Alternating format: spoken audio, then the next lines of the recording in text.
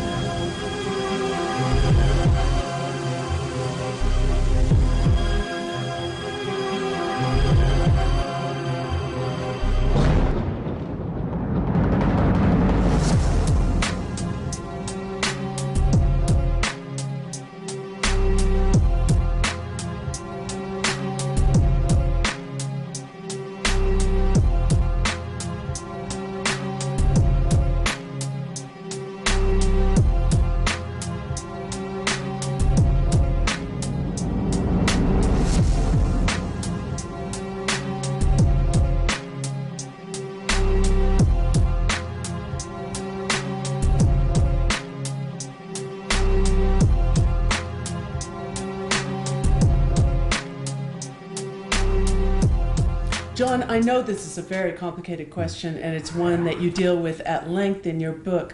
But what is the security trap that Mexico is caught up in, beyond the fact that it's obvious that they can't resolve the ongoing security problems? Well, it's a concept which is low equilibrium. The forces of crime, corruption, violence, impunity interact amongst themselves, socially, with civil society, with the economy. And they are stronger than the forces that are trying to reform the system. So it's kind of a metaphor, it's kind of an image of low equilibrium. And Mexico, there are alliances of reformists, but there are alliances of very negative actors as well. And it's an ongoing struggle. And Mexico, the issue is, how will this struggle work itself out? Will the forces that we think are reformist gain more ground than the forces that are negative over the long run? Well, by low equilibrium, do you mean on the verge of being unbalanced? Not at all. Not at all. It's low equilibrium is when you and I have the expectation that the transactions that we do with government, some percentage are going to be corrupt. And so we simply operate in that world. And on the street, we have the expectation that there's a certain amount of insecurity, and we just adjust and operate to do what we can. Societies exist, economies flourish, investments come, but it operates at a low equilibrium in which the people learn how to cope to protect themselves.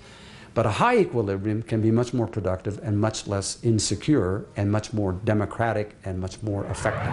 So a high equilibrium would be where there's much more predictability and transparency in terms of institutional function. Right. I try to put it into a comparative framework.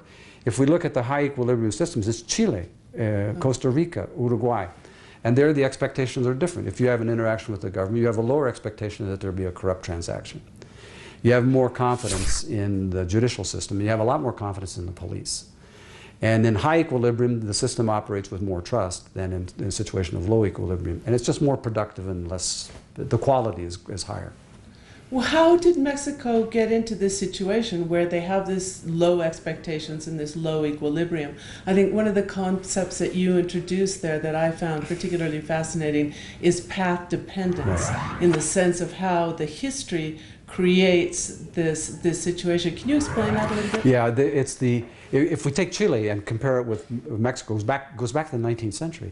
And the way in which states take form and proceed has a lot to do with the functioning of different institutions and of civil society.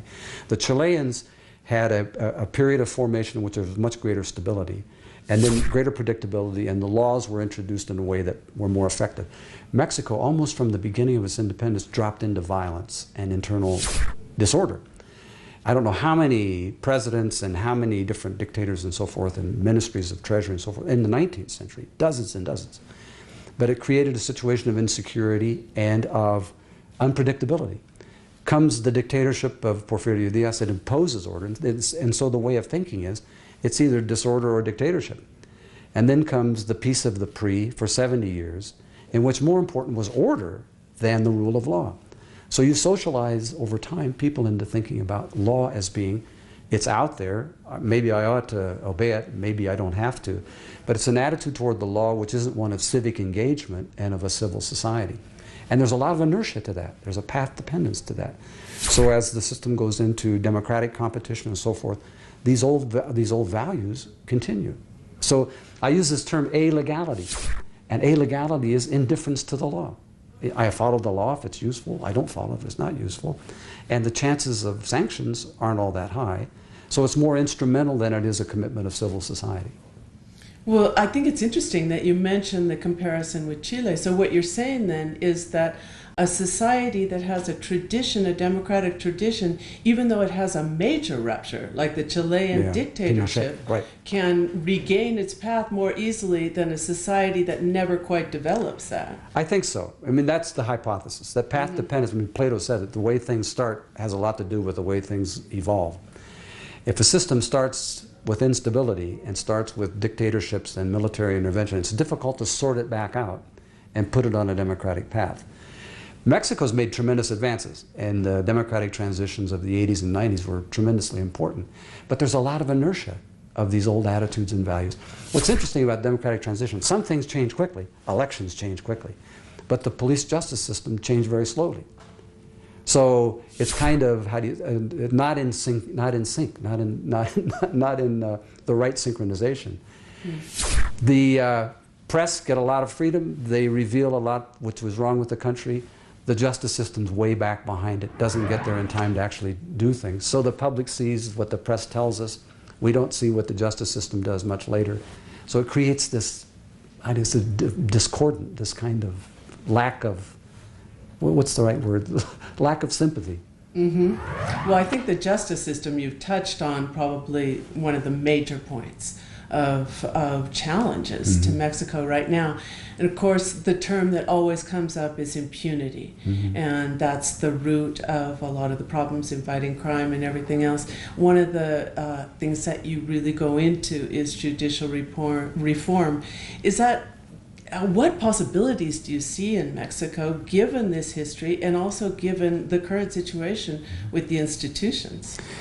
Well, judicial reform, if there's a gremio, if there's a guild out there that's hard to change, it's the lawyers and the judges. I mean, they have their way of thinking. So doing a judicial reform is a big deal. You got a federal system, you got 32 states, and reforming those at the same time in a period of 8 years is not very realistic. So when the 2016, which is the goal, when that rolls around, some of the 32 states will be pretty far along and the rest won't be very far along. That's just reality. Because to do this judicial reform, you have to change the police, you have to change the prosecutors, the judges, the penitentiary system. That's a lot of moving parts. And to get it to all work in a short time is not very realistic. So I'm one of those who think there's kind of a valley of transition. You step off of the old system, you drop into the valley when things are kind of like the perfect storm. And then you hope you come out on the other side with a system that is better. So Mexico's still in this kind of valley of transition, and I'm one of the optimists that think when 2016 rolls around, some states are going to be there, others won't be there, but over time, it's the right direction. Do you see the political will to get there? I think so. I see the money going there. President Peña Nieto, he reiterated the 2016 goal, and he put money behind his commitment. So the resources are there, and the question is whether, the real question is whether the governors are there. Because it's a real federal system. 32 governors out there. The reform is only going to be as good as those governors make it. Some will push it, some won't. So, and Peña Nieto is not the president from 1957. He's the president of 2014, and he's got to deal with a real federal system. and negotiate with strong political parties and a Congress and governors. It's really with the governors.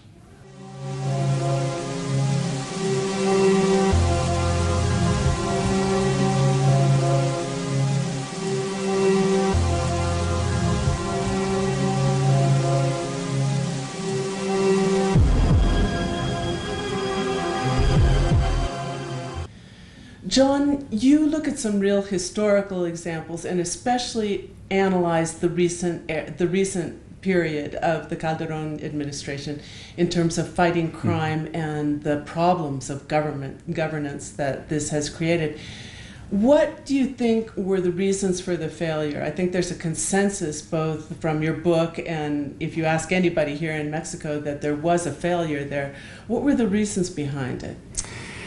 I'm one of those, I think Felipe Calderón did a better job. He's not very popular now, but I still am there saying Calderón, he was the one who made the big investments in his sexenio in a police and a justice reform and intelligence system. And Peña Nieto has better tools to work with than Calderón had when he got there. So maybe Calderón will be, how do you say, rediscovered and rehabilitated at some point down the road. I'm not one of those who thinks he was the cause of the chaos and the disaster. I'm one of those who think this inertia comes from the mid-'80s. The game changer in Mexico was cocaine. And the game changer in 2003 was when some of the criminal organizations became really militias. And they acquired weaponry, which is really kind of impressive. That's the Zetas. And once that change happened, the other organizations had to make those adjustments in order to compete and control territories and so forth. So when Calderón arrives in 2006, he faces a situation which is qualitatively different from that which went before. He's facing militias, and these militias can control territory. And a president, I don't know what information he had from the governors, but he made the decision to send his military to actually repress, and that then unleashed more violence. So Peña Nieto, or not, excuse me, Calderón is looked at as the cause of. I don't think he was the principal cause of. I think those conditions were accumulating. Well, do you think militarization was a mistake, perhaps, in this model of confronting organized crime? You mentioned that it unleashed more violence. I mean, he didn't have a police. He didn't have an effective police. I mean, you get here and you got a toolbox, and so you got this problem. You open your toolbox. What do you got? You got the Army, and you got the Marines, and you look at your police, and it's small and not very effective. So what he does is he puts a lot of resources into building a police, but it's like our own Secretary of Defense says, you go to war with what you got. And war may not be a very happy term, but if you're looking at militias in territories, you look at your toolbox and what you've got is the armed forces. And the terrible thing is the armed forces aren't trained for that kind of a exercise. But what do? I mean, that's what politicians, that's what we pay them for. You got to make a decision. Militias are controlling territory. Pickup trucks full of people with weapons, broad daylight, running around, controlling terror. What are you going to do? So the president makes a decision, and he is then living with the consequences. That the violence explodes and the homicide rate doubles in a couple of years. And so we'd have to go back and reconstruct. Should he have sat there and watched it while more militias formed and more people in pickup trucks and more high-powered weapons controlled more territory? I don't think so. So the big shift then here was to control of territory, which of course is key when you're talking about governance. Correct. The shift is controlling territory, but using armed forces, militias, to compete with government forces. That is a situation which is qualitatively different. Well, let's look at the Army for a while, because it's coming under scrutiny not only for its role in the drug war, but also because of human rights violations in that context. And particularly now because we have the case of Tlatlaya. Yeah, where there were 22 youth who were killed by the Army and they're being investigated for extrajudicial executions. Right. Do you think that the contact with the domestic task of keeping public safety has corrupted the Army, has in some ways eroded it as an institution? Well, I think the Army is not designed to do that kind of work. And Mexico doesn't have a law for the uses of its Army in internal security. The politicians won't confront the problem. Because what the Army needs is some kind of a law that says these are the protocols, this is how you operate, these are the limits, and this is what you do. Politicians don't want to take it up, because then it puts them into a situation of supporting the armed forces and domestic police, and they don't want to do it. So the Army's out there operating as best it can, I suppose. Without a legal umbrella. And if you're a young captain in a village, what you're worried about is 20 years from now, they're going to go back and investigate what you did as a captain in that village when there were these kinds of things. So the human rights abuses are there. They're real. Every time you read in the newspaper about un enfrentamiento, a confrontation, 12 people dead, you wonder what the heck happened there. With no casualties. Well, you wonder, it can't be that way. So the Army is becoming more sensitive. One of the lessons from Tlatlaya is several of the soldiers, don't remember, 3 I think, will go to civil courts. That's a qualitative change. So there are advances and there are changes, but the Army shouldn't be out there doing this. Nor the Marines from the Navy, and they play a tremendously important role. So the police, which is being formed, it's sort of under construction, ought to at some point take up those roles. And the new Gendarmeria supposedly ought to take up some of these roles. But in the meantime, it's a huge country with 120 million people, and all you've got is your armed forces to really go out and solve problems as they come up. So I agree with you, the human rights abuses are a real problem, but the police ought to be the ones. Actually, the public opinion, the police have less support from the public than do the armed forces. John, we were talking about the police, and we have a real problem there. Now, in addition to Tlatlaya, we're looking at Ayotzinapa, where the municipal police are involved in the murder of 6 people and the disappearance of 43 students, and it has the entire country in protest. This is, for many people, just a glimpse of what's been going on in many townships and cities throughout the country. The police are now in a program of training, of vetting. It's heavily funded by the United States as well. Are the Mexican police reformable? I think so. I'm an American. In the United States, the police were improvised until about 1950. The professionalization of the police was really almost rustic. From the mid-50s up into the 60s, there were changes. The federal government became more involved. Real professional police in the United States, except for a few cities, don't appear until the 60s. So it takes a long time. It'll take a generation to create a police which is ethical and effective. The problem is, like you say, there are 400,000 local police, and the federal police are very small. They're about 40,000. So the real change has to come from the bottom up. But to change 400,000 police in a short time is really very difficult. So I think the direction's the right one, I hope. But it's going to mean, don't expect the results, really dramatic results, in any short time. It's going to be a generation before you begin to see young officers going out there who are committed to doing a professional job. It's being professional. That you accept all the problems of the job because you're a professional. And to create that kind of professionalism takes a long time. Well, I think one of the other problems is trust and the relationship with society, and that brings me also to the point that you make about the lack of a social pact within Mexico in the broader sense. Can you describe that a little bit? Yeah, I think I'm interested in politics, and I think what's really important with the changes in the 80s and 90s with the move away from populism toward the new neoliberalism, that ruptured an old contract, and it was a populist contract. And of the populist countries, that is those who believe in strong state, closed economy, building the middle class, free education, all that's populism. Mexico had a very potent formula of populism, and it created a kind of consensus. 80s, that's ruptured, 80s and 90s. And now there's a kind of, what do you say, a neoliberalism that isn't broadly accepted. So a large part of the population feels excluded. This is, one politician said, these aren't my institutions, those are your institutions. And that's really very dangerous. If there's a major portion of the population that says, we're not included, we're excluded, then it creates a situation in which the government and its laws and its police can't operate very effectively in the society more broadly. It lacks this acceptance and legitimacy that gives it the, how do you say, the right to operate. And usually, of course, social pacts are foundational. They're the beginning. And if that's not the case here, how do you build one at this stage? Well, you're right. They usually come out of major events. The U.S., the pact comes out of the Depression, and it's full employment with low inflation and a floor for welfare. That's a pact that we all buy into. I mean, we're all part of that pact. There are differences and so forth. It comes out of a crisis usually. So the refounding of a social pact The crisis of the 80s and 90s is pretty serious. I mean, there were 2 years, you remember, when the economy contracted by almost 7%. That's a crisis.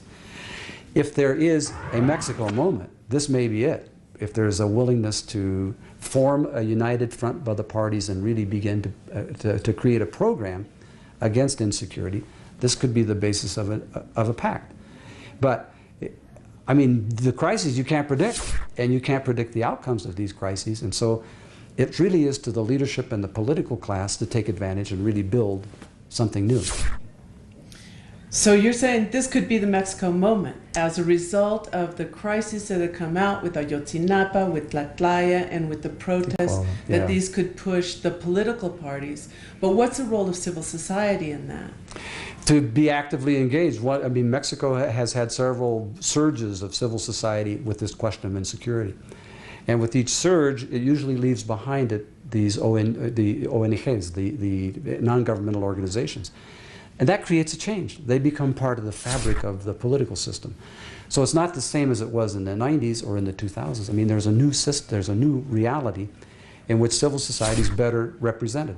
What hasn't changed is a civil society movement like the civil rights movement in the United States in the 60s, where all these groups come together, form an agenda, and really put pressure on government to respond.